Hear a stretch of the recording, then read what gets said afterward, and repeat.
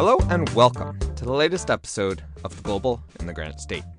We are so excited you have decided to join us for another fascinating global conversation and appreciate the value you see in what we do. For those who do not know, my name is Tim Horgan, and I am the Executive Director of the World Affairs Council of New Hampshire, as well as your host for this program. As a nonpartisan nonprofit, we love hosting conversations on big issues of global importance, providing you with the opportunity to move from awareness to understanding of key issues. With so many issues swirling around, it can be easy to get lost in the noise. But the World Affairs Council of New Hampshire is here for you. As a community-supported organization, we rely on the generous support of our members, donors, sponsors, and other supporters to continue bringing these great programs to the community. Thank you to everyone who has made this work possible, and if you have not yet joined our community of supporters, please consider doing so today. A special thank you to our ongoing series sponsor, McLean Middleton, for your leadership. McLean Middleton is one of New England's premier full-service law firms with over 115 attorneys throughout offices in New Hampshire and Massachusetts. McLean Middleton's attorneys have been providing trusted legal services to businesses throughout the region for over 100 years. Learn more at mclean.com. Now, on with the show.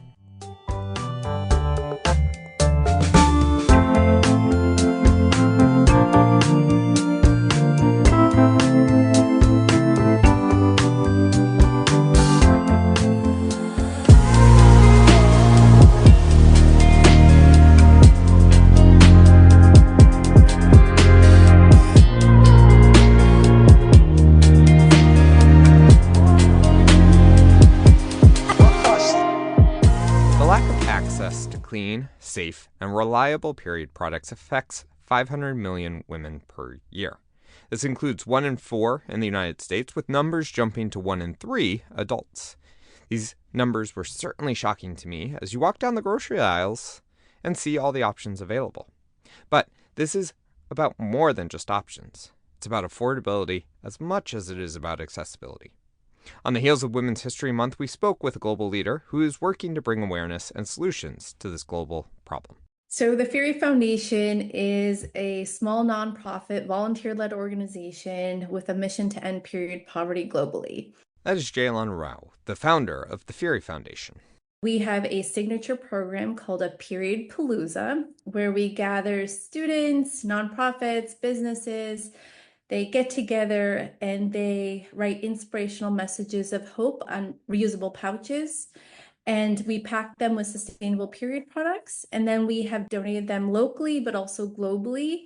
We've been focusing on disaster-stricken areas. Now, I want to start off by recognizing that many people around the world and right here at home may feel uncomfortable about a conversation like this, thinking it is a private, personal matter not to be discussed in polite society. Don't worry. You can feel safe engaging in this conversation. To all those who have not menstruated, who are squeamish, this is very natural, and you have a loved one in your life who goes through this, who has gone through at least once a month for many decades. And so this is an important topic for us to discuss. There's nothing to be squeamish about it. It's an important topic for us to discuss because this topic might be impacting someone you love. It might be impacting your granddaughter. It might be impacting your own daughter, your niece, your neighbor, someone you care about. So we need to tackle these humanitarian issues together as a global community. And so in order to do that, we first have to be comfortable talking about it and having uncomfortable conversations. While we do have an amazing global audience for this podcast, the majority of listeners come from the United States. Many of them may be thinking that this issue of period poverty doesn't affect the people I know and love. Just look at the number of options at the local grocery store. However, I was surprised to find out that this issue affects 1 in 4 women here in the United States. This is much more than a simply accessibility issue. It is also an affordability issue. Ceylan came to this issue from much the same place at first. Several years ago, I was a commissioner for the Metro West Commission on the Status of Women, advocating for legislation for women and girls. And it was at Women's Advocacy Day at the State House that I heard from 8th graders teaching 6th graders how to use toilet papers, period pads. And I thought, how is this happening in my community? I don't understand. I thought this was an issue that was a problem far, far away. And as it turns out, as I mentioned before, 1 out of 4 students miss school because they don't have access to period products here in the United States. So, yes, there is a high likelihood that you do know someone affected by this, and it is important that we push these kinds of conversations forward to open up accessibility, affordability, and to begin to change the stigma around period poverty. The place to start is with the question of what exactly is period poverty. Period poverty is essentially when women and girls don't have access to period products and access to clean hygiene. And so globally, as I mentioned before, 500 million women and girls don't have access to period products each month. So what that really looks like is that is empty classrooms. That means there are girls who are using makeshift items. I've heard girls using mattress pieces, they've been using tent pieces, they've been using leaves, they've been using socks, dirty rags, anything that they could find to manage their period. And when you think about going to school, right? Obviously, if you don't have access to period products and you have makeshift products that you're using, you're not concentrating on school. You're concentrating on, am I bleeding?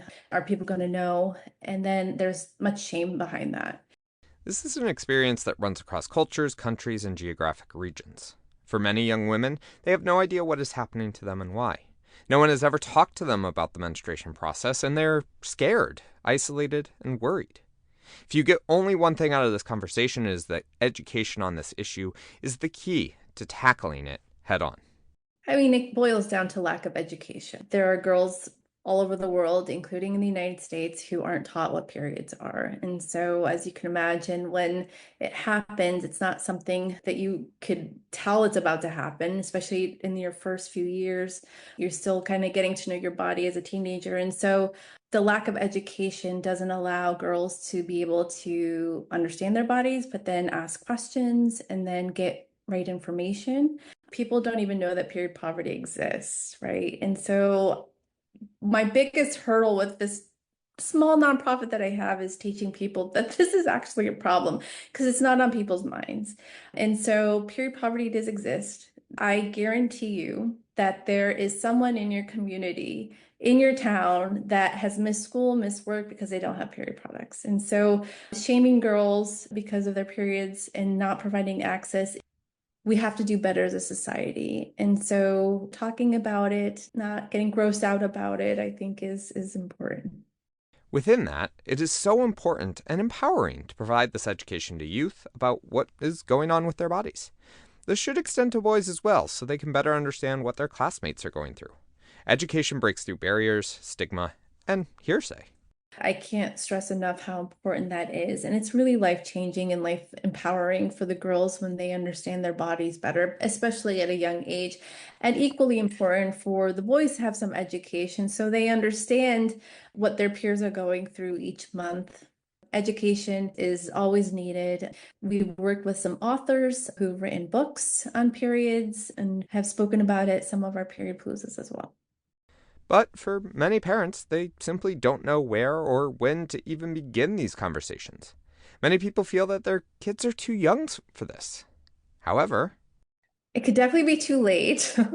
I don't know that it could be too early. I would say, so I'm a mother. I would say around 5th grade is a good age to start having these conversations, most especially with your daughters. We're seeing that in the United States, girls are getting their periods younger. We've also seen period poverty. We've heard in some of the data that we've seen that there are 4th graders who don't have access to period products in Massachusetts, and they're getting their periods. So it's never too early to have these conversations. And I know as parents, we don't want our children to grow up too quickly, but it's important that they understand their bodies. And it could definitely be too late, and you don't want that. You want them to have it be empowered when they get their first period. okay, now that we have sort of set the stage and brought the issue home, what are some of the key issues on a global level that we should all be aware of? Why should any of us care beyond our own children or families? Regardless if they're in the United States or in South America or in Africa or in Asia or Australia or Europe or anywhere in the world, there are girls who are missing school every single day. There are girls who are scared. There are girls who aren't having a fulfilled life because they don't have access to these basic needs that should be met. We have heard from women in Gaza who have been using tent pieces. We have heard from girls in refugee camps who are too embarrassed when they have their periods, and so they just use mattress pieces. Women and girls in Sudan are running for their lives right now. And so we hear stories that they're just using anything that they could find on the ground, which includes the leaves. The stories are traumatizing, the stories are sad, and we collectively as a global community could help them and provide a little bit of relief in the chaos that's existing in their lives. And then when you look at the refugee population, they are fleeing war-torn areas. They're walking miles and miles and miles. And so not only are they scared for their safety, but they don't have access to necessary food and water. And then on top of that, they don't have access to periods. And so even in like refugee camps, what we've heard is refugees are still for many years still in refugee tents. So even the earthquake that happened in Turkey, there's still people who don't have homes yet. And we heard that there's stigma around periods all over the world. No matter which culture you go to, no matter which country you go to, there's a lot of stigma. And so there's a lot of embarrassment. And what people are doing is they're actually burning their period products so nobody knows. And of course, that comes with a lot of toxins. So one of the things that we've been doing at the Fihri Foundation is packing our kits with sustainable period products. Of course, this can have major negative effects on the health of women when their bodies are already stressed from the trauma they are experiencing. Using items other than clean menstruation products can lead to localized infections, which can quickly spread to systemic ones, leading to death in many untreated cases. In addition, the mental effects of all of this include a heightened risk of anxiety, depression, and problems at school or work. Due to the work and school issues, there are many societal impacts of period poverty. For example, let's take a student in New Hampshire who is an athlete and she doesn't have access to period products and her school doesn't provide free period products. And so she misses a practice. Well, if she misses a practice, does that mean that she can't play in the next game? And if she can't play in the next game, then that means maybe the college scout didn't see her play. And then that maybe she won't get recruited and maybe she won't get that scholarship she needed. So there's those economics where it really does impact the students. But then you could also look at it from the corporate side, right? And so there's a lot of pushback from employees to have their employers have free period products in bathrooms. If a woman doesn't have access to period products at the workplace, then she needs to leave to go to CVS or the grocery store, get the product and come back. Every woman has a story where she was stuck and didn't have a product. Everyone. And so it's in the best interest of the companies to provide them for free so that your employees will feel comfortable and have the materials that they need in order to get their work done. Similarly to companies don't force their employees to go buy toilet paper and come back. So it's kind of the same concept. In India, 1 in 5 girls will drop out of school after their first period. In Kenya, 10% of girls between the age of 10 and 15 reported having transactional sex in order to gain access to period products. Anyone who is fleeing conflict, disaster, or is living in a place where the economy has collapsed experiences significantly reduced access. Interestingly, in Lebanon, at the height of the recent financial crisis, the government decided to pay for over 300 essential imported products, including razors, but not menstrual items. Even here in the United States, 30 states still consider these products a luxury item, meaning they are taxed and SNAP benefits cannot be used to purchase them. All of this shows the complex nature of these issues and the need for organizations like the Fihri Foundation. There's a lot of really wonderful nonprofits that focus on food and shelter, but we solely focus on periods. We believe that no woman should use tent pieces, dirty rags, and leaves to manage her period. And so we have been able to donate our kits to 20 different countries. We've donated them to refugees, to people from earthquake survivors in Turkey and Syria. We've donated them to flood victims in Pakistan and Bangladesh, in war-torn areas in Gaza, Lebanon. We've also helped human trafficking survivors and refugees in London, and we've helped refugees in also schools and women's shelters in the United States. And we've also helped the hurricane survivors in Florida and in North Carolina, as well as the LA fire survivors. By hosting what they call period paloozas, the foundation works to raise funds and create packages with sustainable and culturally relevant period products. This year alone, they have set the goal of donating over 1 million products to women around the world.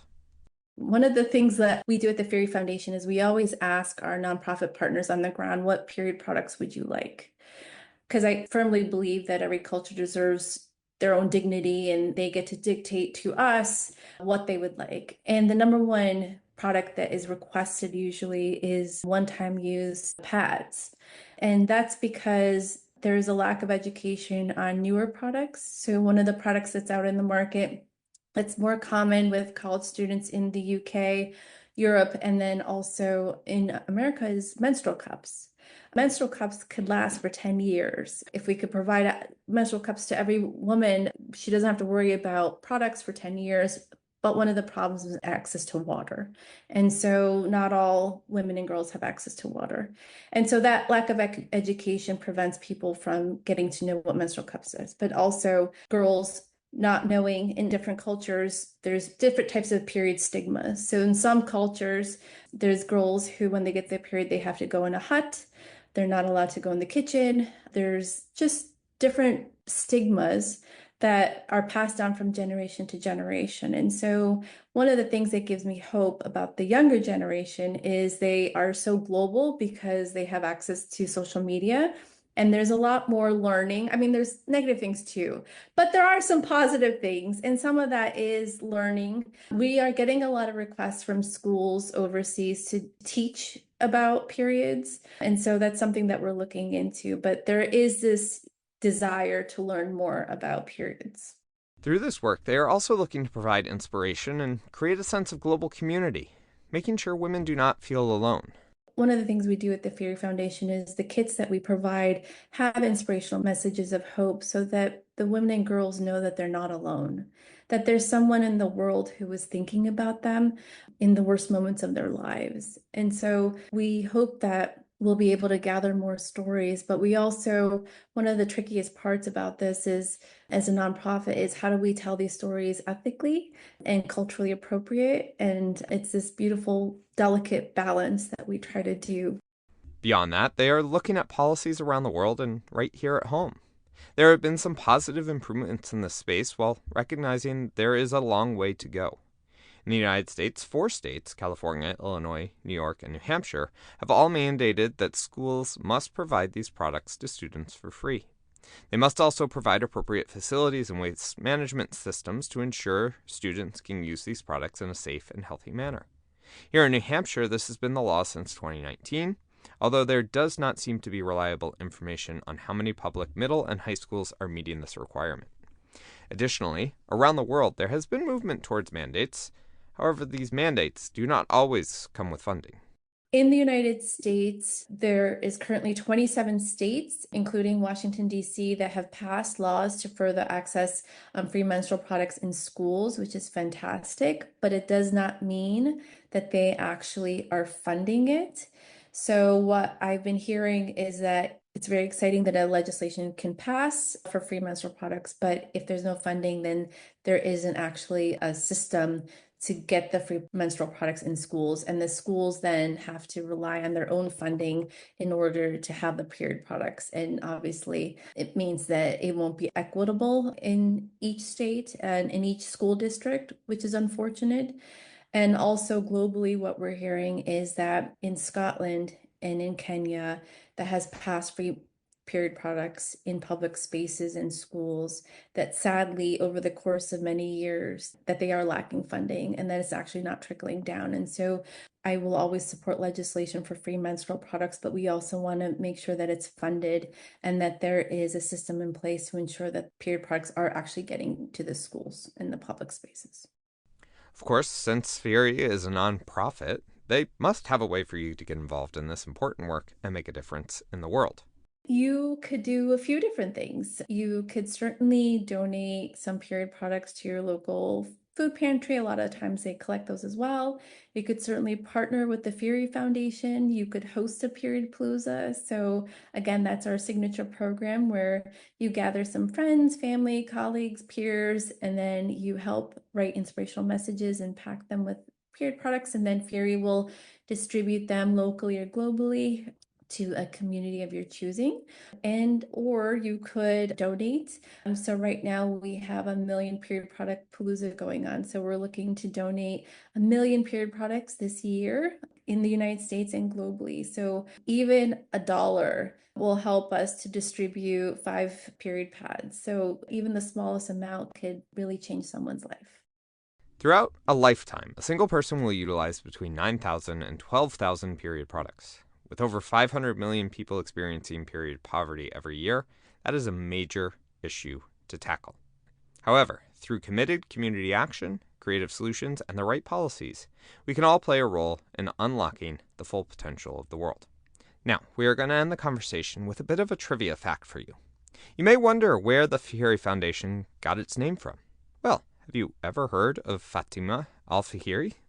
So nobody knows who she is, so I wanted to name my nonprofit after her. Fatima al-Fihri is the first person, not woman, but first person to start a university in the world. And nobody knows who she is. She was this Muslim woman in Morocco in the 800s who had a large inheritance and decided to create a university, a place for people to come and study, and also in conjunction, a mosque right next to it. And so that was the beginnings of what we now have as universities. So I wanted to honor her legacy. I want all of our daughters and sons and nephews and nieces to have equal access to education. And 1 out of 4 students in the US miss school because they don't have access to period products. And to me, that's unacceptable. And globally, 500 million women and girls don't have access to period products. And so I want all of our children to have access to education so that they could have a fulfilled life. And so in order to have access to education, the girls need access to period products.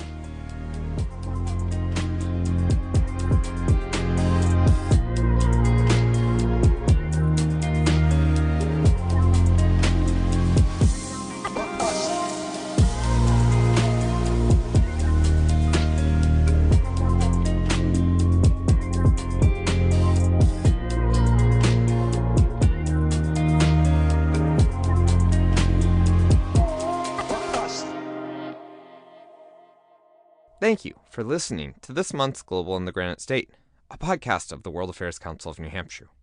Your interest and engagement inspire us to continue bringing unique and well-informed conversations to this amazing global community. Learn more about how you can get more deeply involved by visiting wacnh.org today. As always, Tim Horgan is the producer, director, host, audio engineer, editor, fact-checker, researcher, and creative voice behind this program.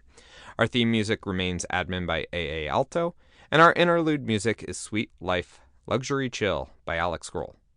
Until next month.